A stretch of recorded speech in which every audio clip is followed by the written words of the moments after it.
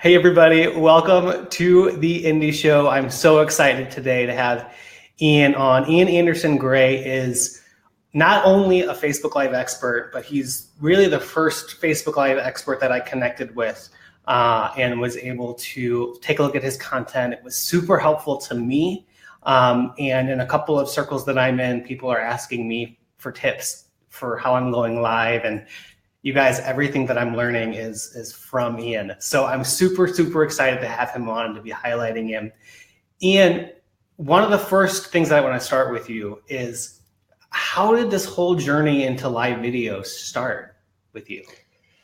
Yeah, it's an interesting journey. I've been dabbling in live video in a sense for quite a few years. I mean, back in the day, it was Google Hangouts on Air, which was this slightly geeky part of Google Plus, which itself was really geeky. So, and so I dabbled with that. But it was about 2.5 years ago, or no, in fact, 2 years ago, Facebook Live was becoming a really big thing. And it seemed that all my friends had it, but I didn't.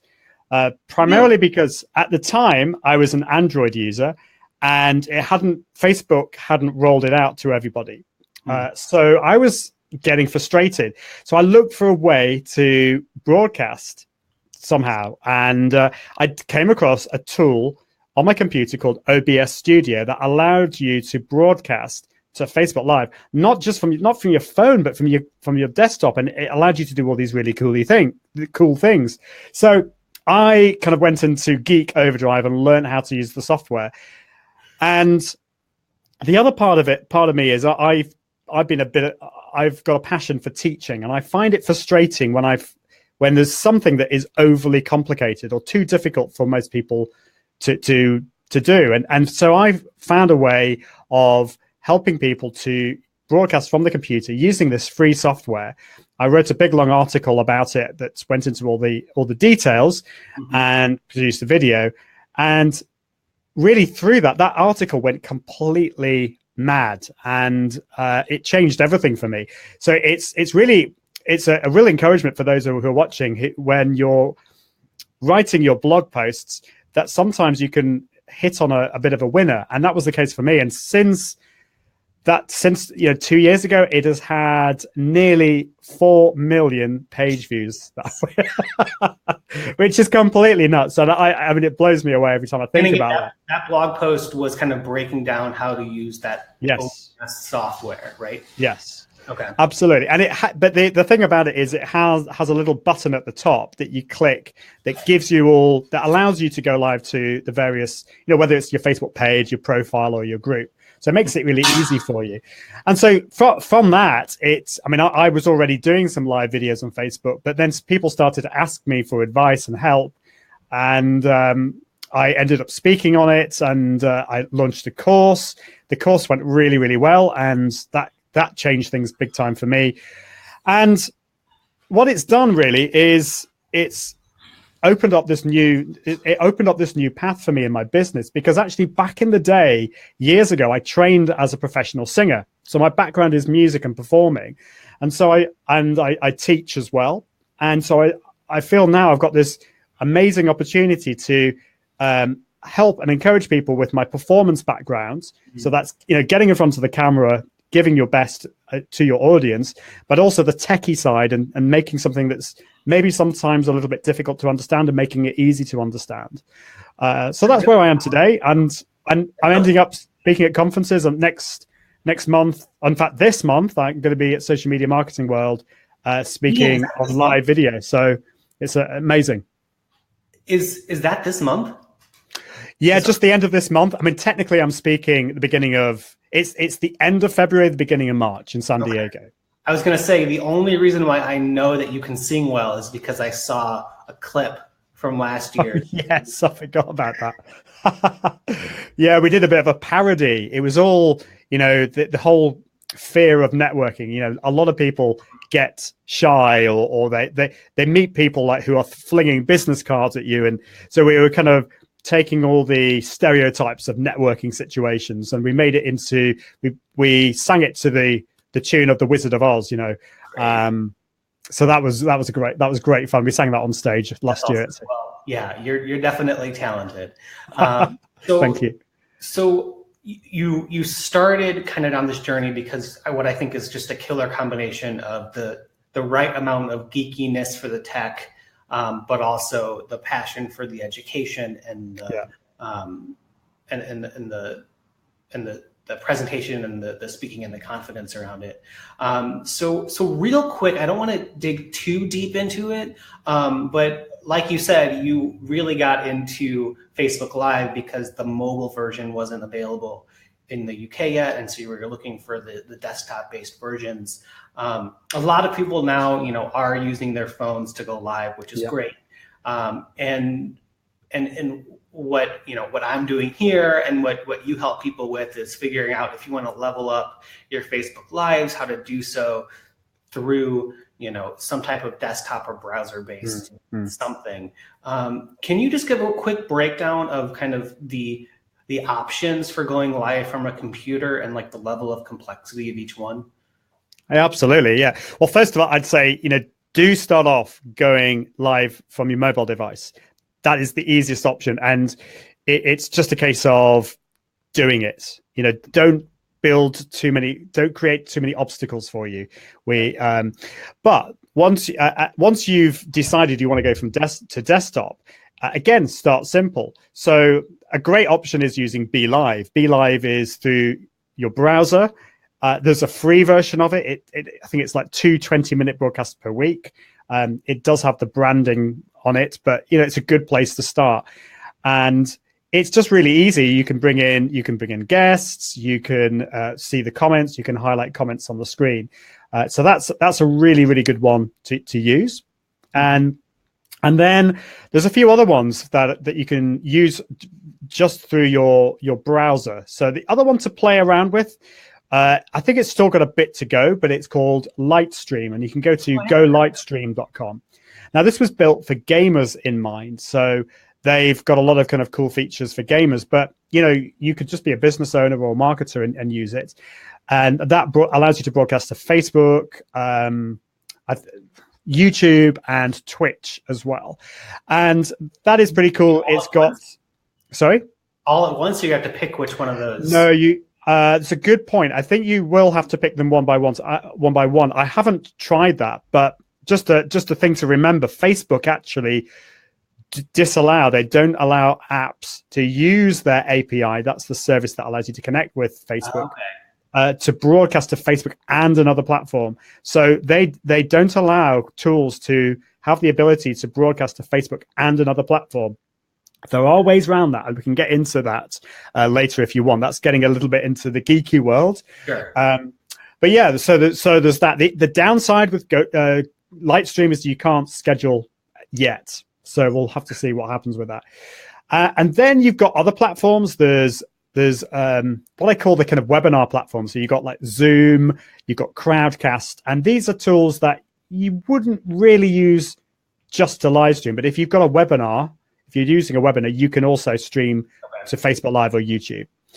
Then you've got the desktop apps. So this is where you would download it onto your computer. And the advantage with these are they tend to be more powerful because you're using the full resources of your computer. OBS Studio is one that's available for Macs and PCs. And that's where I started. It's got a bit of a learning curve associated with it, but it's a good one to do. If you're a Mac user, Ecamm Live, I'd highly recommend. Sorry, PC users, it's only available for Macs. But it is only $30. It is ridiculously easy to use. You can save your videos at the same time as streaming them, which is great in HD. And you can highlight comments on the screen. You can bring in guests now from Skype, which is really cool. So that's Ecamm. And then it's going up to the next level. So you're going to have to spend a bit more money to take things to what I would call the professional level. So these are tools such as Wirecast. Wirecast it's gone up in price. It's now about $700 is the basic price. That's available for Mac and PC. That's what I use. And there's also vMix, which is another professional tool, and that's only available for PC. Oh, I haven't heard of vMix, but I'm a Mac user, so Yeah, yeah, and there's also Mimo Live. I need to mention for Mac users, Mimo Live is the high end professional tool for Macs. okay. But yeah, for PCs, it's vMix and Wirecast. Okay, so to recap the options, because I have a working understanding of them as well, but you're much better at actually using them than I am. Start with the phone. If you are looking to upgrade BeLive, which I'm using here, is a great platform that's web based and is easy to use. If you then want like an app on your desktop that you can use that's a little bit more sophisticated, you've got Ecamm for Mac users, which I've used before. I really like. I just didn't need all of the features. And then for Mac or PC, you've got the OBS free software, which that was the course that I bought from you. And I learned a ton just how to use like the free, easy, but kind of complicated OBS. And then the Wirecast, which is, like you said, around 700. Yeah, that. It starts from 700. Yeah, and I can't remember how much vMix is. I think you can get it as cheap as $80 for the basic one, but it goes right up to $1,200, I think.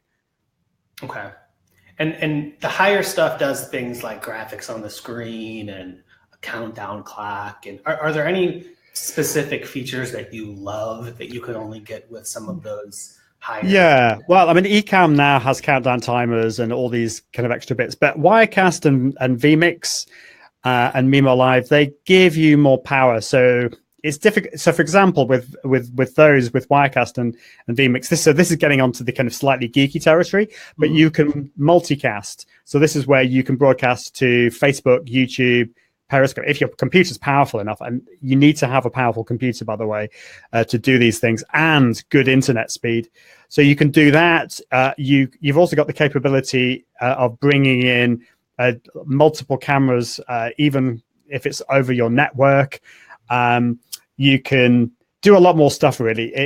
You can do scrolling graphics, do things like chroma key. So this is if you've got like the green screen and you want to pretend you're in a tropical rainforest or whatever, those kinds of effects you can do on those on Wirecast. Actually, you can do that on OBS as well, but it's a little bit more straightforward on the more professional platforms. Okay. So let's transition from the software side of stuff to the equipment side, because I think that's where I get the most questions, especially if you're leveling up from your phone to your computer in some way. I have a lot of friends, hopefully some people who are watching, who are like me and using BeLive or Ecamm. When you start, I mean, one of the things, and you're completely right when you said that you have to make sure that you have a computer that can handle it. I actually had to upgrade from my MacBook Air because it just didn't have the RAM that I needed to make this happen. And another thing that I can't stress highly enough is that you need that good upload speed, which I learned from you, Ian, because otherwise, having that bad quality is just... It's not good, is it? And I remember having internet problems. I didn't realize it until 2 minutes before I went live. That's not a good... So I always recommend at least an hour before you go live, check your speed. I mean, I actually have downloaded the speedtest.net, do some apps you can download for Windows and Mac, and just do a quick speed test. It's the upload speed you need to look for, and you need at least, for Facebook Live, you need at least 4 megabits per second up, and ideally a lot higher than that. So check your speed before you go live. And there's another little tool you can use called Trip Mode, available again for Mac and PC. And what this does is you choose which apps can use the internet on your computer. So you just set it so that your browser or OBS Studio or Wirecast or whatever it is, you just set it so that those apps can use the internet, but nothing else can. So it's called Trip Mode. That's cool. Yeah.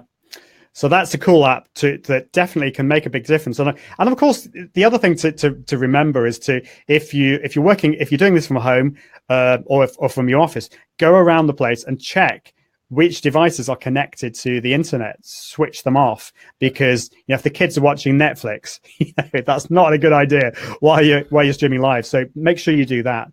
And the other thing, of course, is don't rely on Wi-Fi.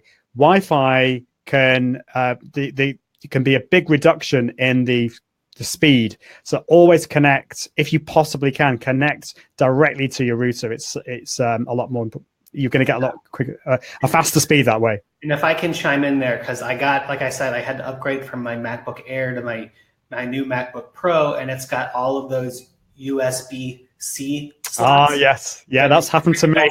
It took me maybe 3 or 4 purchases on Amazon to find something that I was looking for, but I finally found one. So anybody who's interested, who maybe has a newer MacBook, I found it's one of, like I said, I went through a couple of them and none of them worked how I wanted them to, where they were really loose in the USB-C connection.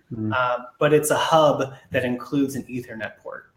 Oh, cool. And I'll be interested to know what you've got. I got one called Cable Creation, which is 3 USBs and 1 Ethernet. But this, what is mine called? Mine's called Astronia. I'll put a link in the comments. Yeah, put a link in, because that is an issue for those of us who purchased a new MacBook Pro. I was always a PC user. I was a PC user for 20 years, but actually partly because I wanted to help. I had loads of inquiries from Mac people, and I couldn't help them because I didn't have a Mac. So I bought a Mac so I could, I suppose, serve those people, really. You bought it just so you could help other people? Well, not quite. I needed a new computer. I needed a fast computer, but I will say this: I am a big Apple fan now, but I like PCs as well, and I think they both have their pros and cons. When it comes to live streaming, it's significantly cheaper to buy a PC than a Mac for this, because in order to stream live from your Mac, you have to go for the really top end stuff. So I had to go for 16 gigs of RAM. I had to go for the faster processor. I went one for the 15-inch with the graphics processor. No, probably not all of you have to go for the really top end Mac. But for me, because I'm doing a lot of live streaming and I'm doing multicasting, I needed to. All of this, the better computer, that all is needed for, like, if you're using these apps. But if you're just doing BeLive, do you still need that? Yeah, that's a good question. So for BeLive manages to kind of get away with it with slightly lower specs. So I think if I was using BeLive, you don't need to go for the one with the graphics card or the quite as fast a processor. But because I was using Wirecast and OBS, and because I was going to be doing multicasting, I needed to go for the higher end one. Sure. But I mean, in my opinion, the more juice you've got, the better. Even for BeLive does take up a fair bit of power, really, from your computer.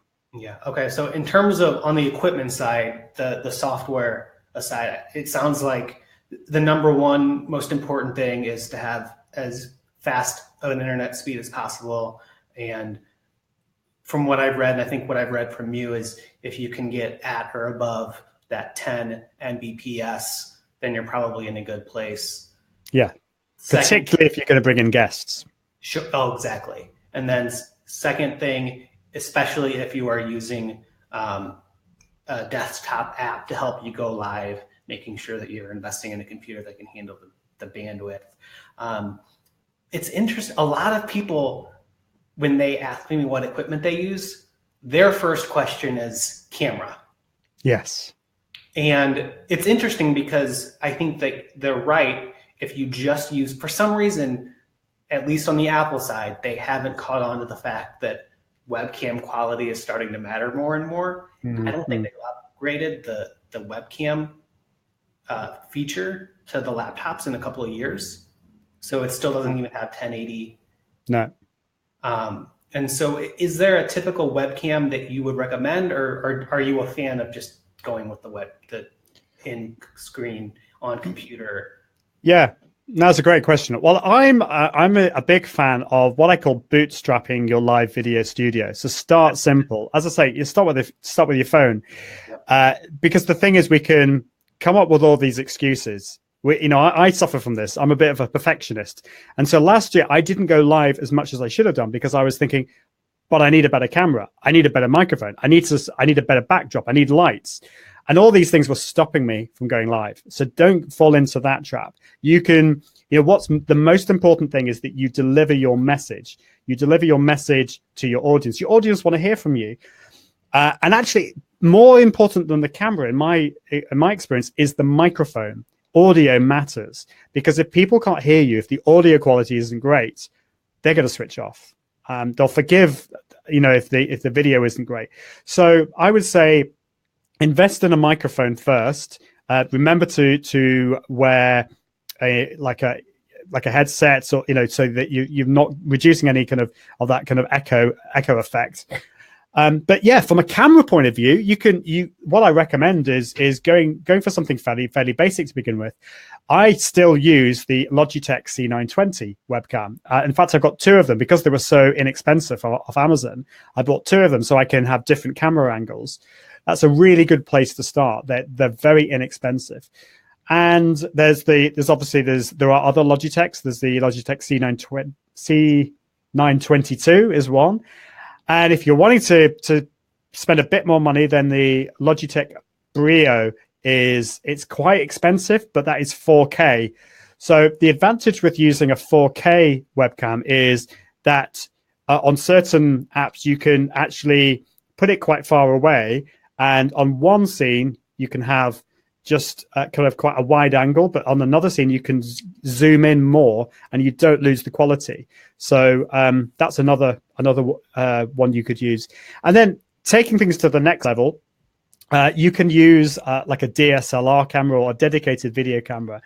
But the downside with that is you will need some extra gear. You'll need to get an HDMI, what's called an HDMI capture card or something similar that allows you to plug the output of your camera into your computer and use it as a webcam. There's loads of things we could talk about there, but I would say start with webcams first, and then if you're really serious, then take things to the next level. Yeah, and so especially kind of going back to, if you're using BeLive, there's really not much of a need, I don't think, in my opinion, to go above that Logitech. No, I agree. Because on BeLive, you can't, I think you can only really have one webcam at a time anyway. So, and the other thing to remember, Facebook at the moment still doesn't stream in full HD. It's still 720. Now, you can technically stream to Facebook in full HD in 1080, but you're not going to get that. And in fact, if you try and download the video afterwards, it's even worse than the best I could get was something like 420, 480p when I download it. So the quality is, if you're going for 4K kind of video cameras, the quality is not going to be anywhere near as good as that when you actually end up watching it on the live broadcast. All right. And I always forget the name, Ian. Is it the Logitech C920 that's like the bottom? Yeah, that's the one that loads of people have got. It's quite an old camera now, but it's it's not perfect, but it's inexpensive and it's great. If you're using that on a PC, you're able to use the software that comes with it, and you're able to change things. Like I always switch autofocus off because sometimes you get this it kind of blurs because it's lost your image, and then so I always switch that off. Which you can do really easily on the PC, but on the Mac, it doesn't have that software. So I have downloaded, what's it called? It's called Webcam Settings for Mac. It's pretty old now. It's probably about 4 or 5 years old, and it hasn't been updated, but it works fine. It's a paid app, but it's well worth it. And you go into the settings, and you can zoom in, you can change autofocus off, and do lots of other effects, which is really cool. Okay, cool. And again, maybe not something that you would recommend for a BeLiver, but for somebody who's even BeLive is. I'm currently using that now because I've actually got I've got my webcam set back, so I want to zoom in slightly, and I want to switch off the autofocus because it can be a little bit off-putting. So okay. even it's not a complicated app to use. It's just one to have. Okay, great. And I also want to circle back to you mentioned the audio side of things, and I don't know about other people here who might be going live. Let me know in the comments if you're watching this either live or on the replay, and the audio is giving you trouble. But that took the longest for me to figure out, because I think that there's a certain level of unprofessionalism with the headphones in.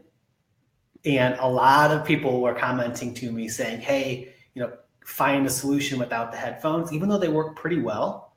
And so I was looking for a non-headphone solution. Oh, I also share my office. And so I needed a mic that was more noise canceling. And those Apple headphones don't have any of that. They pick up everything. And so for a while, I had a kind of telemarketer headset that I was using with a mic that was noise canceling. And I think a lot of people struggle with the audio side of things because they're looking for something that is minimally evasive on the screen. Yes. But is good. And it's especially hard when you're trying to do a show because you want your quality to sound good. But if you want that good look on the screen, it's really tough to, like you said before, not have an echo going on. I think I'm finally getting closer. I'm now using a Blue Yeti with the volume kind of controlled so that any noise that's further apart than where I am from the mic right now isn't really getting picked up. And I have it positioned so it's pointing away from the computer. Seems to be helping. Yeah, it's a really tricky one, and this is going to be, so I'm in the middle. I'm bootstrapping my live video studio. It's going to probably take me years to get to where I will get to, but I think you could spend $30,000-$40,000 on a live studio, no problem. But most of us don't have that kind of money to, and even if we did, we wouldn't be spending it on a live video studio. So I think again, the Blue Yeti, I've got a Blue Yeti, and it's a really good microphone. The downside with it is that if you don't set it up correctly, it can pick up a lot of background noise. Right. And I know there are dots in my office right now, and I'm sure people can hear it. Yeah. But actually, so that's an interesting point that you just made. Actually, at the end of the day, does it matter that much? I mean, if I think for me it did matter when we moved, because on my old house I was in the attic, so we had an attic loft, so I was away from the kids. But now I'm on the same level, and so if they're talking, or this picks it up. So this is not perfect, but you can see my microphone on the screen, which is not ideal. But I've decided to do that because with the Blue Yeti, I feel it's important to get as close as possible to it, turn the gain down, and so that it's not going to pick up everything in the background. So on solo, so they can kind of see your setup there. And I know because I've done enough research to kind of be dangerous here, but you've got a stand for your mic so that, for instance, if you're typing on your computer, the fact that your mic isn't on your desk doesn't add some noise. Yes, right? That's an important thing, because if you just put it on the desk, it picks up everything. I mean, that's the only thing with the Blue Yeti. It's a condenser mic, so it does pick up a lot of ambient noise. But you see, I do podcasting as well. I do a lot of podcasting interviews, and so I want a microphone that does live video and podcasting. And there isn't really a perfect one that does both, because with podcasting, you want to get quite close to the mic. You want that kind of intimate feeling. Whereas with live video, you kind of don't want this big microphone in the way. So there are alternatives to this. I mean, there's the shotgun microphones. There's the Audio Technica. I can't remember the name of it offhand, but these are ones that you can put further away, and you've pointed at your mouth, and they pick up. They're quite directional, so they're a good one to do. Those Rode mics, RODE. Yeah, there's Rode as well. Rode are all really good. So there's Audio Technica is a good make. Rode is a great make as well. And then there are those other mics like this. So there's the there's the SE Electronics one. I think that's difficult to get in the US though. And there's Audio Technica. They do one as well. And then of course there's the high end one that they kind of the big podcasters use is the Heil PR40, but that's expensive. But that means you have to get really close. They're dynamic mics. And the other thing, of course, as well as the shotgun mics, you could just wear a lapel mic and just have that. That's very unintrusive. So that's another thing to think. And Rode do a really good range of lapel mics. You said Rode does? Yes. Okay, cool. That's super helpful. So I feel like we've talked about a lot of the equipment stuff. A couple of things that we haven't talked about yet are like lighting and background. Yes. And going back to what you said, like you don't want any of these concerns to stop you from just executing and moving in live video if you want. But if you are looking to improve in those spaces, I've learned quickly that lighting matters a whole lot more than camera quality. Yes, totally agree with you. And background matters as well. And that was my problem. That the background was really stopping me because unfortunately where we are, just our house, it's the room that I'm in also acts as a spare bedroom for guests. You can't see this, but on my right, I've got a series of bookcases with all our family books. And so when I was kind of the other way around, you saw all these books, but it looked a bit of a mess. So I've been changing this a lot, and I'm kind of now looking at my background as I'm going to be adding some bits of interest in my background. I'm going to be putting some things on the wall because at the moment, quite frankly, it looks a bit boring. It's not great. Whereas I think your background, you've got it looks light. You've got areas of interest behind you. Through from the frame that's directly behind me with the, what is that? I don't know. It's a peacock, isn't it? It's yeah. So, but it's always, again, going back to we're bootstrapping this. We're gradually improving things. Yep. So lighting. You can, if you're doing a broadcast during the day and you're in quite a light room, you're near the window, then daylight is great. But most of us don't do it just during the day. We're doing it's evening where I am, so it's like 8:30 at night. It's dark outside, so I needed to invest in some lighting. You can get some very inexpensive 3-point lighting from the likes of Amazon or other stores. What you're looking for is soft boxes, and you can probably get them for like $80, $90, $100. You don't have to spend too much. They're really good, and so you have one in front of you. Particularly if you wear glasses, have it slightly higher up, and then because of the glare. Because you get glare in your glasses, and then one to the left and the right, so it's lighting you and also lighting your background. So what I did, because I don't have much space, so I invested in some LED lighting. So I could probably show you this. You're going to get a bit of a wobbly effect as I move my webcam slightly, but I've got one over there, which is, and then I've got one there. That's my second monitor and my tripod. And you're going to see. Are you ready for my messy bookcase? Okay, let's see it. Good to be transparent here. So so that's the other one there. That's the other light, and that's my microphone. So yeah, that's what I did, and it works really, really well. So the ones I've got are from a brand called Neewer. So that's N. I can't remember how you pronounce it. What is it? Is it Newer? I think it's 2 E's. I think it's like Neewer. I'll have to find out later. Look it up and maybe put a link to the comment. Yeah, so Neewer, and they do a kind of a base level one, which is the slightly smaller, but the ones I went for were, I think it's 480 it's called, because there's 480 LEDs, and you can change the color. You can have white and yellow, So I went for 3 of those, but that was over $300. So it was a bit of an investment, but I feel lighting is absolutely vital. Yeah, I completely agree with you. I have a pretty nice setup right now where there are windows on the other side with enough light coming in that just lights up the space right now.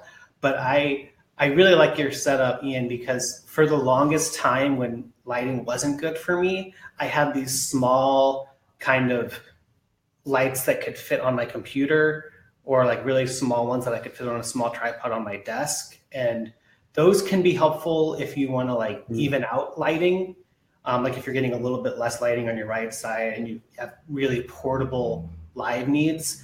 But I'm with you. I think that if you are going live from kind of the same spot and you own the spot, investing in either the softbox lighting or the LED lights. And we actually just picked up, because we're going to sneak peek you guys. We're going to be really rolling out some more YouTube videos soon, but we just got a full on like studio kit that includes the softbox. So that's going to be exciting. But yeah, I'm learning more and more that lighting and audio, if your content is great and you've got good lighting and audio, usually there's not anything that is going to like make somebody turn your video off.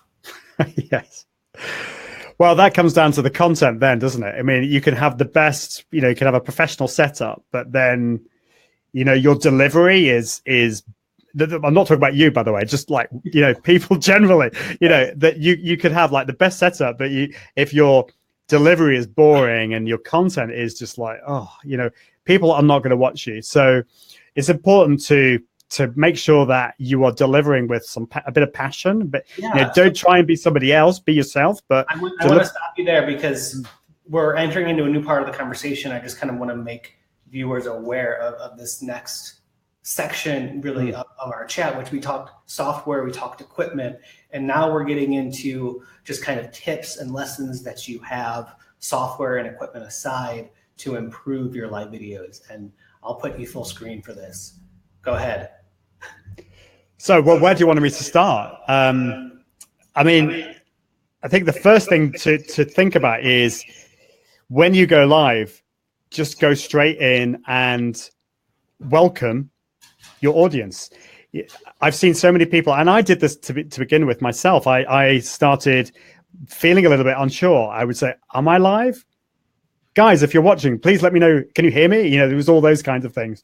So be really confident and welcome your replay viewers. So I say go, because the first people to watch you will not be your live viewers. It will take usually half a minute, 3 minutes, sometimes 10 minutes for people to join your show. And so the people who are watching to begin with are your replay viewers. So I always say start with welcoming your replay viewers, then tell people what you're going to be talking about in the show, give a bit of a summary, and then by that point, some live viewers will start to join and you can welcome them. In my experience, don't spend too long welcoming them. People do like to be, they like their name read out and things like that, but you want to kind of keep the flow going, and then get stuck into the content. Once you've done the content, you can then go back and answer people's comments and bring them onto the screen that way. But I want to just rewind and talk about just before you go live, what I would recommend that you do. And yes, I think make sure you have all the tech sorted, have a checklist, get somebody else to deal with the technical side of things, so you're not having to deal with it, is another option to you. But obviously make sure you've got the content ready and you know what you're going to talk about. Have the first sentence memorized, or at least written right in front of you, just above the webcam, so that you know exactly what you're going to say straight away. Because sometimes in pretty much all the time, it's once you say the first thing, once you've said that, the rest of it will follow. But then I think it's really important to warm your voice up and make sure you're energized. If you have a standing desk, do your live standing up. That will give you a bit more energy, and do some breathing exercises, do some vocal exercises, and stretching exercises. So if any of you are used to going to the gym, you might be used to doing some like stretching exercises, like stretching up for 7. So I tend to stretch up for 7 seconds like this. And then I'll wiggle my arms or my legs, just getting a bit of making sure that everything's relaxed.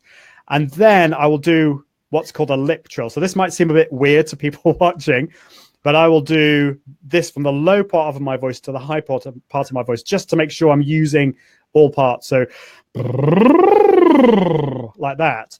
And then I'll stretch forwards for 7, do that again, and stretch back for 7. The reason doing that kind of funny lip trill is such a good idea is because if we speak on a monotone, if we speak on a lower part of the voice like this, it ends up being quite boring. So we're kind of encouraging our voices to use the high bits of the voice as well, so we sound a bit more engaged and excited like this. So it's a good idea to do all those exercises. There's breathing exercises, there's vocal exercises just before you go, but before you start. And the other advantage with doing that is because it's allowing you to smile and having a bit of a laugh. It's really great to start a live video with you smiling and maybe laughing. It's much better than you going hello like that. So I hope that's helpful. Just all the things to begin with before you start the show, and then the structure of the show. I could talk for hours on this, I'm sure. No, I love that. And so many of those were new to me. As Kevin just said, this is such an informational video to so many people. Thanks for commenting that, Kevin. And I think that you're right. This is an action and info-packed video. So I hope that if you guys are liking, if you're learning something, please share this out because Ian he has so much information and tips to give. So, all right. So you gave us a great set of things that we can do before we go live, those how to think about that first 30 to 90 seconds. And I think that you're right. I've also heard some people say to kind of wait, let that come in, but that can be really difficult to watch on a replay. And so I think you're right to keep that in mind. Well, I mean, the thing is we get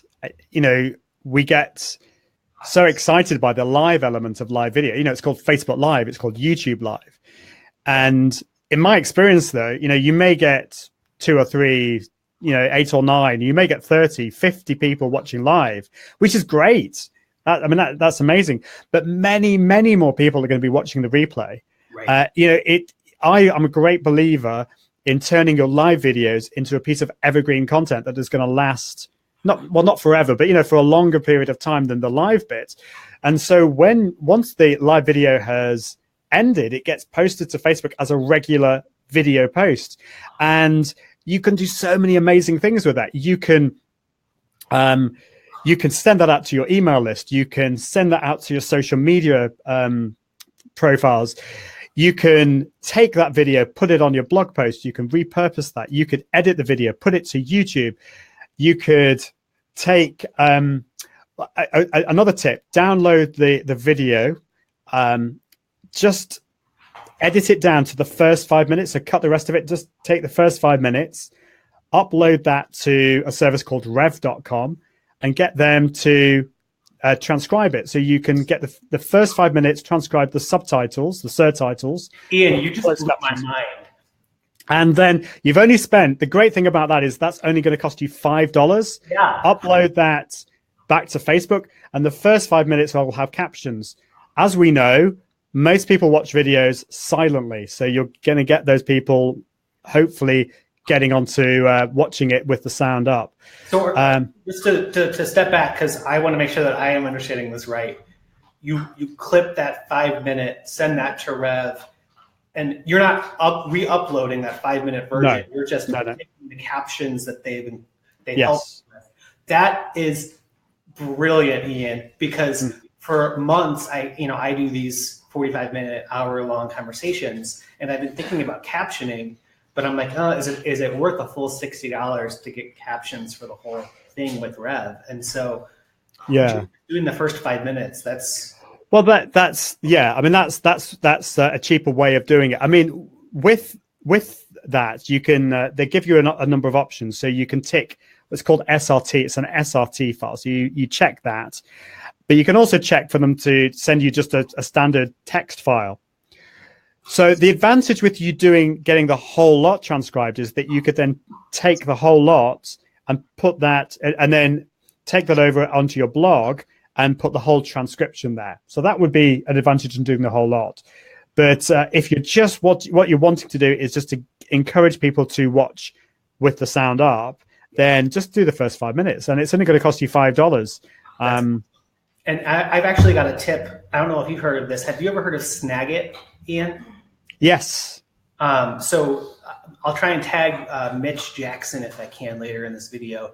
But Snagit is a great app that he showed me. He's a fellow attorney who is like he's like the main lawyer on social media right now. But he showed me the Snagit tool, and it sounds like you're familiar with it. But it's great because rather than having to download the whole video, you can just kind of screen record and then hit play, and it just does a screen grab recording of what's playing on the screen.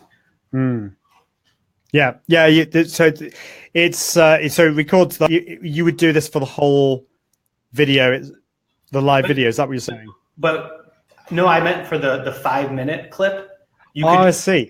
Just the 5 minutes versus having to download, that bigger full. Yeah, you could do that. Yeah, the only thing you've got to be careful of is making sure that everything syncs up correctly. So you need to start it exactly when you go live, because otherwise, if there's like a couple of seconds, I've learned that the hard way. I ended up having to.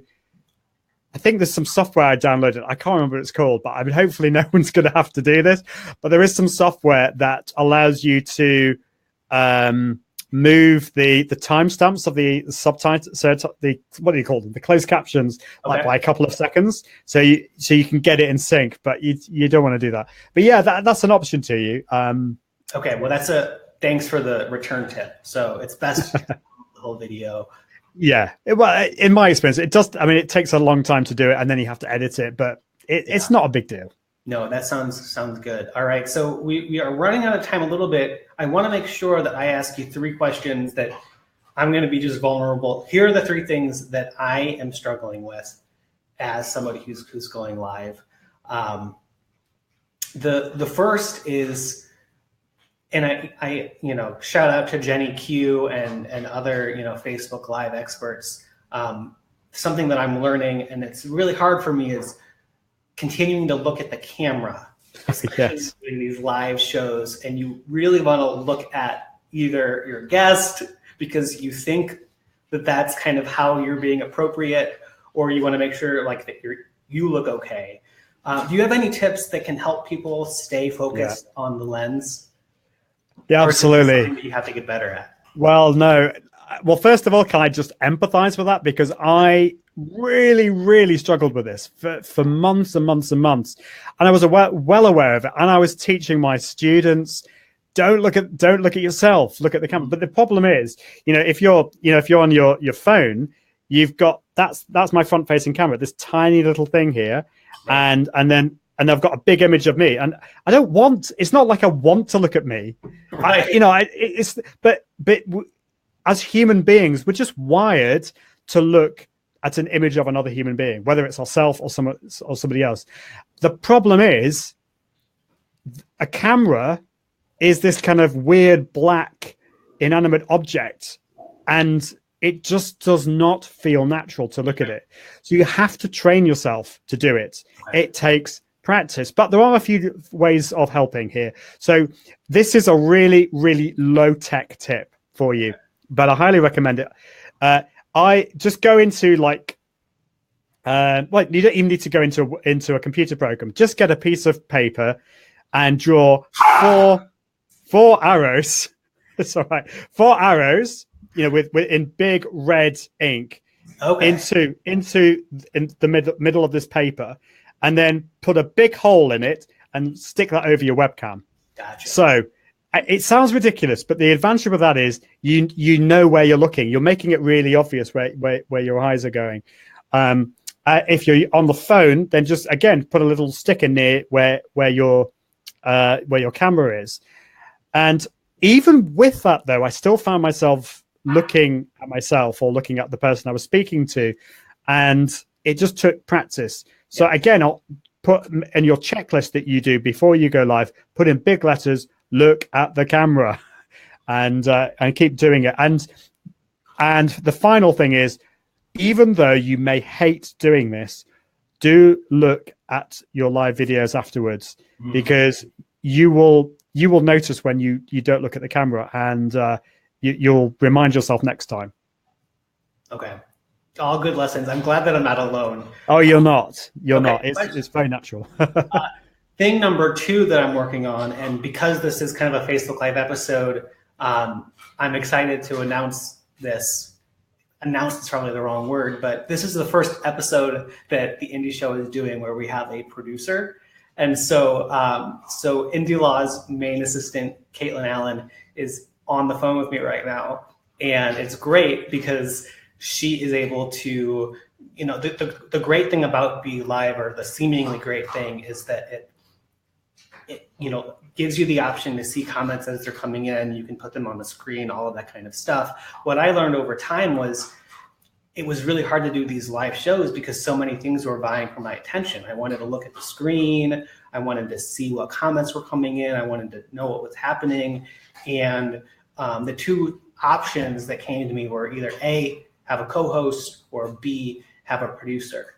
And I really, really like the producer option because it has this thing where Caitlin in the background can be, you're seeing comments from Indie Law right now. That's from Caitlin. She's talking to me and giving me some advice on what I should be doing, which brings me to my 3rd question for you, which is that the one thing that Caitlin has been telling me this whole time is to smile more. Yes. And now she's laughing. What do you recommend for people who are doing shows like this? If you're the interviewer, what do you do with your face when you're talking to people and the other person's talking? Well, yeah, particularly on Be Live, if you're both talking, then you're both.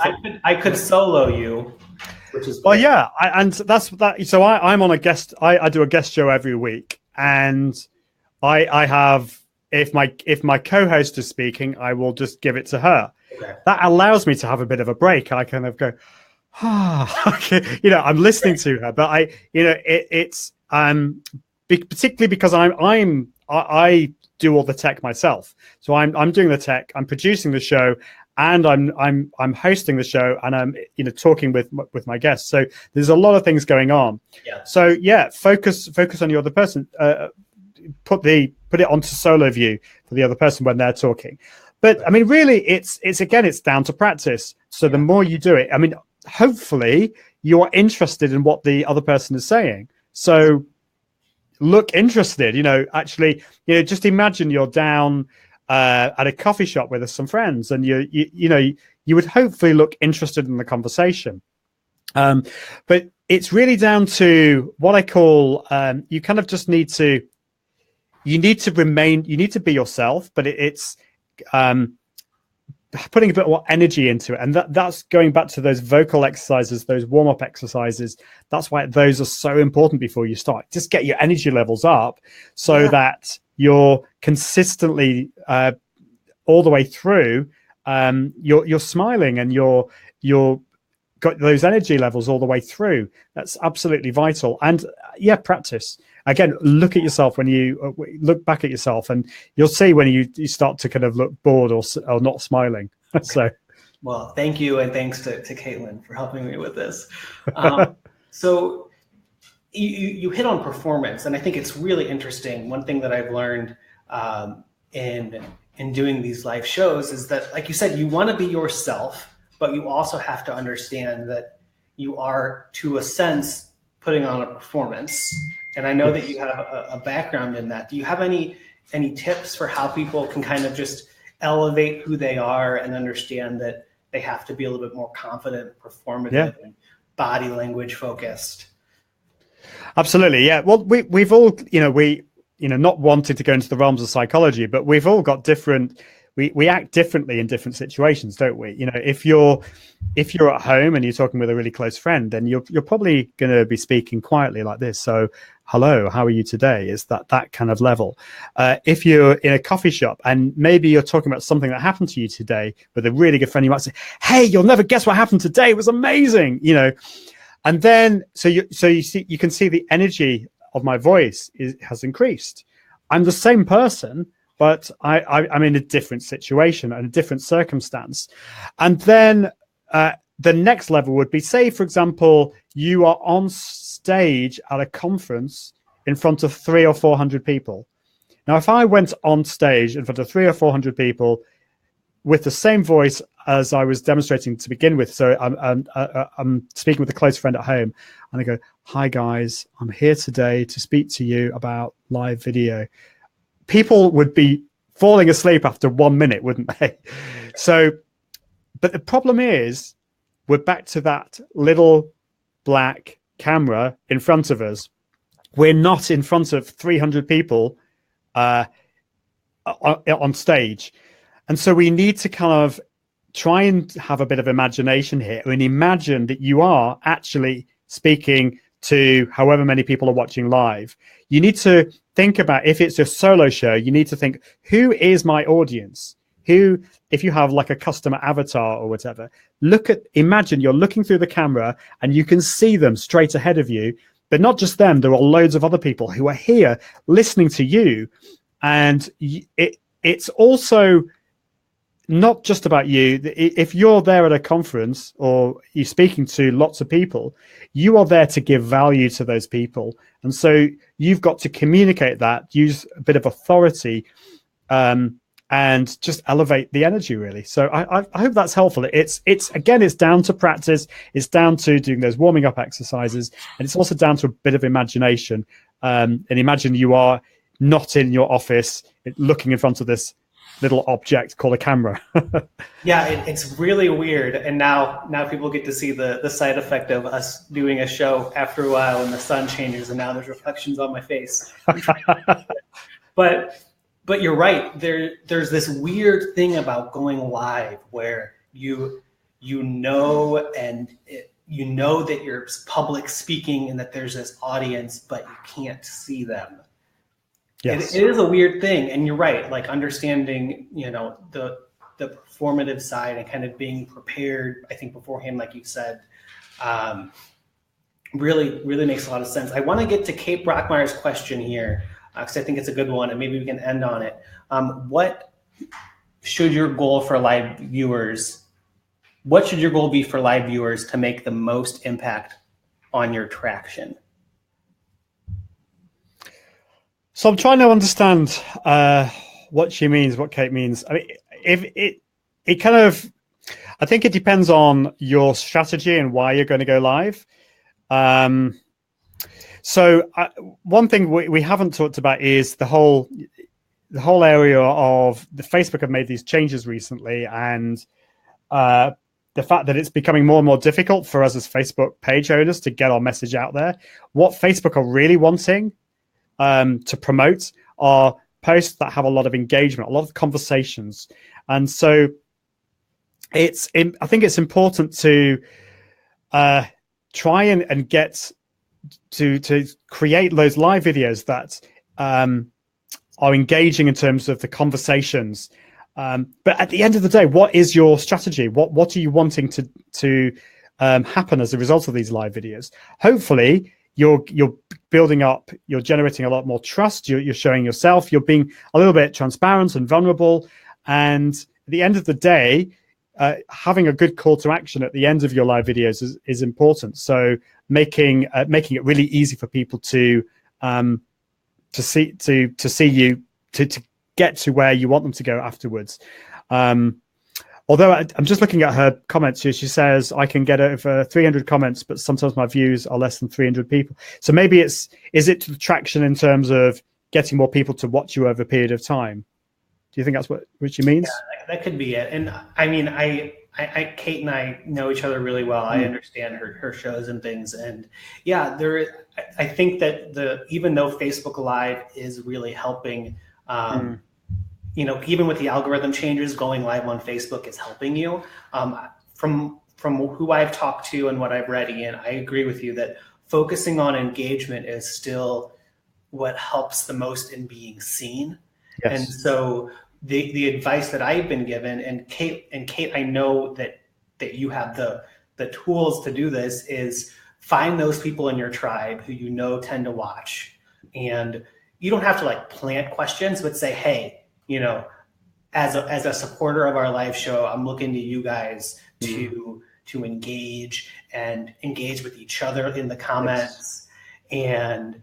And because I think that what's starting to happen is Facebook is starting to get smart, and they're realizing that when they are saying that they want engagement, they don't just want the people who are on the screen to be saying, comment this and comment that. That helps, but I think Facebook is starting to get smart and not value that as much as people starting their own conversation. Yes, and they're seeing that's key.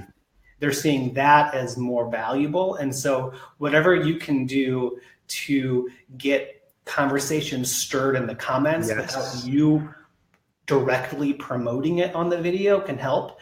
And Kate, and anybody else who's interested, like I said, this is the first show where I have Caitlin as my producer. We'll see how things go, but that can be a really helpful way, because then you have somebody who's not you, in the comments section, hopefully, answering questions and responding to things in real time. That's great. I think, yes. I mean, I definitely would recommend that you say, do please comment and share. That's fine, but don't overdo it. Just like occasionally say that, because sometimes people do need encouragement.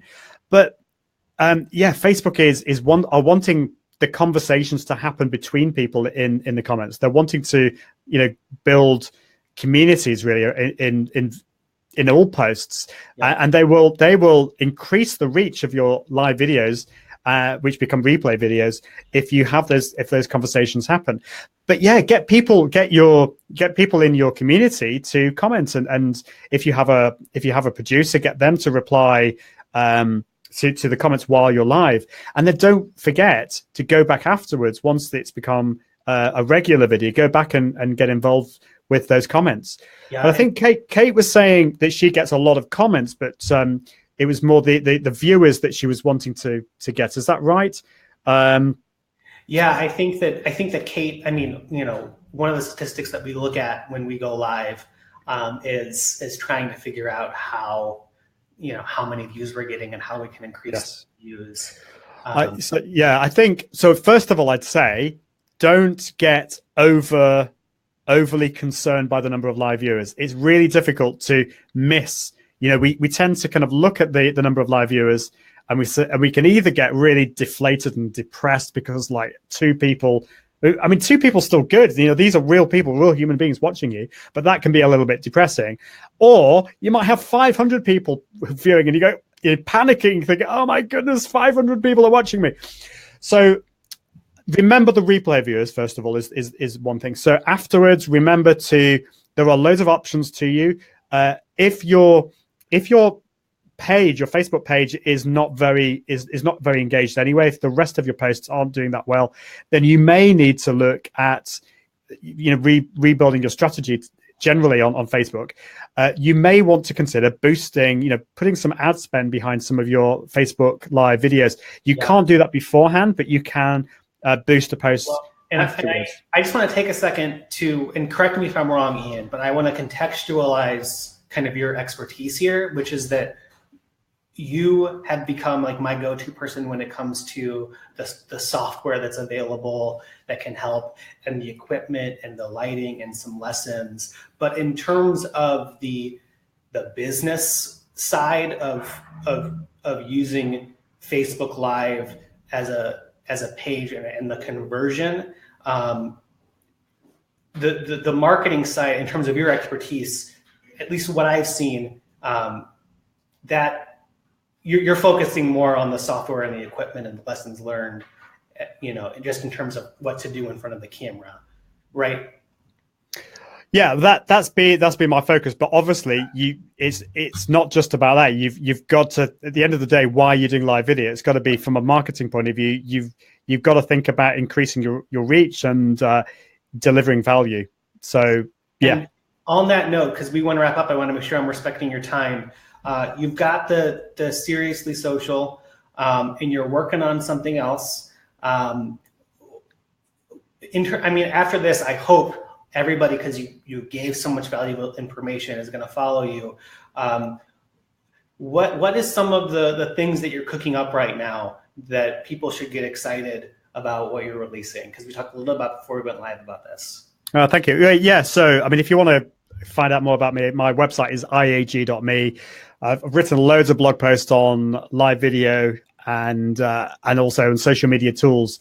So more the marketing side of things. But yeah, I've got some courses on OBS Studio and Wirecast. But my new focus this year is going to be helping people with the two big obstacles really for live video. It's the fear side of things, the whole fear of getting in front of the camera with confidence. So some of the things we've been talking about here to do with warming up the voice, to do with getting over that fear, focusing on the camera, delivering better videos, but also the tech side of things. So that is using tools, the live video tools, the tech, and be able to deliver live videos confidently in order to connect with your audience and be able to increase your profits. Really, at the end of the day, it is kind of down to the money. We kind of forget that sometimes, why we do, and hopefully it's a bit of fun, but we're running businesses and we want the live video to convert well. So I'm going to be building a course and also a membership